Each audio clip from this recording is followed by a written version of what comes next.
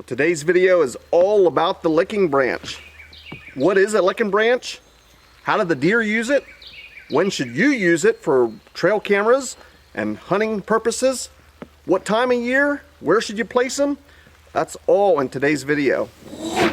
So on my channel you see a lot of trail camera footage, and in a large majority of that footage there's a licking branch. A lot of people often comment about that licking branch, or they don't know exactly what it is. Oftentimes they'll see the deer nibbling on it or raising up on their back feet to reach it, rubbing their face on it, and they wonder what's on that branch or what makes that branch so tasty to the deer. Well, that is a licking branch, and I intentionally place my trail camera either over a licking branch or I'll place a licking branch in front of my trail camera, and that's just simply to get better footage. Oftentimes the white-tailed deer, if you're not using any type of bait, or if you're simply placing your trail camera over a trail, will simply walk past and rather quickly, and that leaves you with very little footage. As I just mentioned, I will often use a licking branch simply to slow the deer down and to make them stop in that specific spot that I want them to in order to get more trail camera footage. Now you can place your trail camera over an existing licking branch, or you can make your own. Place a licking branch and put it in front of the trail camera. Either way, you can maximize a spot and get deer to spend more time using the licking branch. Now, what is a licking branch? So when you hear the word licking branch, you might automatically think it's a specific type of species of trees that the deer are licking or trying to eat, and that's simply not the case. Deer actually use a wide variety of different trees as a licking branch, and it's usually just the location of the licking branch. The branch is often overhanging, maybe 3 or 4 feet high, and that can allow the deer to come and walk underneath it. Oftentimes will reach up, or maybe they'll get up on their hind legs to reach this licking branch. And although you'll often see in the videos that they may be nibbling on this branch, they're not really trying to eat it or lick it per se. It's more of a calling card. And what I mean by that is it's like a guest book. I was recently at a wedding and we were encouraged to sign a guest book. As people came, you would sign your guest book and you would know who was at that event. Well, this licking branch is much like that to the white-tailed deer. As the deer pass this area, they rub their faces, and there's different glands and scents on their faces, and that's like signing a guest book. As the next deer comes past, they actually smell and maybe nibble or lick on that branch, and that's simply determining who else was in that location. It can be used in their behavior as a territorial thing. They know what other deer's around them. It's kind of like leaving their business card or signing the guest book for deer. They leave their scent, other deer leave their scent from their glands on it, and they all know who was at that specific spot. So when is the best time of year to use a licking branch? Maybe you want to use one in front of your trail camera. I've found deer will use it all year long. I use licking branches 365 days a year.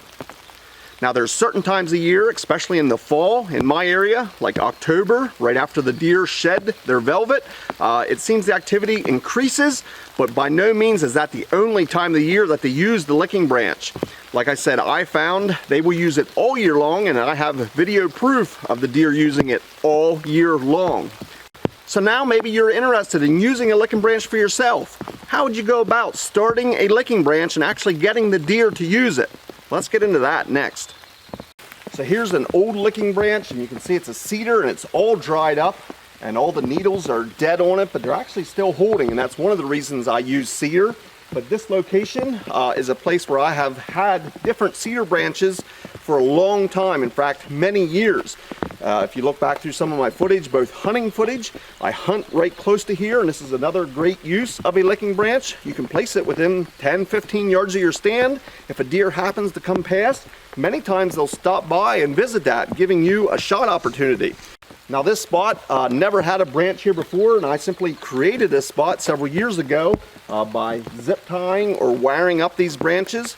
Now I will replace this once or twice a year. Like I said, this one's well dead, and this would have been from last fall, so it's been here 6-7 months at this point.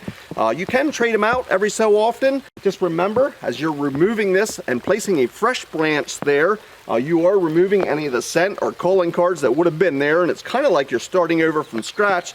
But I myself will do that once or twice a year, replace it just to freshen up this spot. Now this one was simply zip tied or wired to this old dead pine tree. I'm going to try and improve my design. I'm using a DIY. I'm sure there is some commercially made limb holders that you could buy and attach to the tree and then put a limb in, but it's as simple as using a piece of PVC. So here is my DIY design. You can simply use maybe a 6 or 8-inch piece of PVC. As you can see, I camoed mine up, and there definitely has an angle cut on here. That's simply because when you attach it to the tree, it's going to angle that up, and then your limb will droop out from there.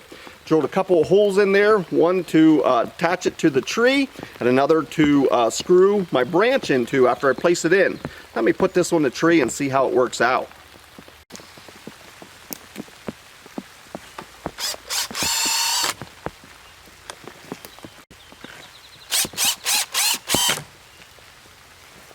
So here's the finished licking branch. Again, it's about chest high, 3-4 feet high.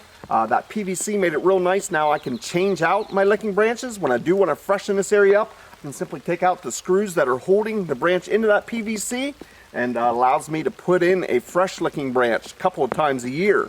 Another thing I often do is, because I use cedar, I take my pocket knife and I knock off some of the bark right around the end of the cedar here. Seems the deer, when they come and smell that fresh cut cedar, it might attract them to this area initially before there's any scent on this from other deer. Now you might not want to go through the trouble of creating your own licking branch. Can you use existing licking branches? And the answer to that is absolutely. I'm standing in front of a tree here, and we actually have one here and one here, and I have a trail camera. This has been a great spot, and it's a natural licking branch. It's simply a tree that has branches overhanging the field edge here, and that's a great place to look for licking branches. Although deer will use them in wooded areas, like I previously just showed you, they will also gravitate towards field edges. And you can simply walk along a field edge, and if you find a low overhanging branch, oftentimes they'll have a scrape underneath it where they pull the ground. This is a great candidate to hang a trail camera over. Now, one question you might have is, the field edge has a lot of overhanging branches. Which one do I hang my trail camera over? Well, here's a tip for you, and if you have permission, simply go along the field edge and cut all the other branches, leaving just the one that you want. That eliminates all the competition or other possible licking branches, and it kind of forces the deer to use the one you want them to, the one that you have your trail camera over. So that's a tip to clean up other potential licking branches, simply leaving the one you did, and that's exactly what I did here. It's been a proven good spot for many years. Well, I hope you found this information useful, and you can go and apply it yourself and get your trail cameras running. Trail cameras are a great way to enjoy the outdoors. You get to see what's happening when you're not there, and you can use them all year round. These are just some of the tips that I use to get the footage that I share with you on my channel here. You don't necessarily have to go out and spend a lot of money or use bait. You can use natural things like licking branches like I described here today. So I hope it inspires you to get out there and enjoy trail cameras yourself. If you have any comments or questions, or maybe some of the information I shared you would disagree with or have other ideas, I'd love to hear from you. Please put your comments down in the comment section. I love hearing from you. I love learning from others, and I try and get back to each and every one of you. I want to thank you for watching, and we'll see you in the next video.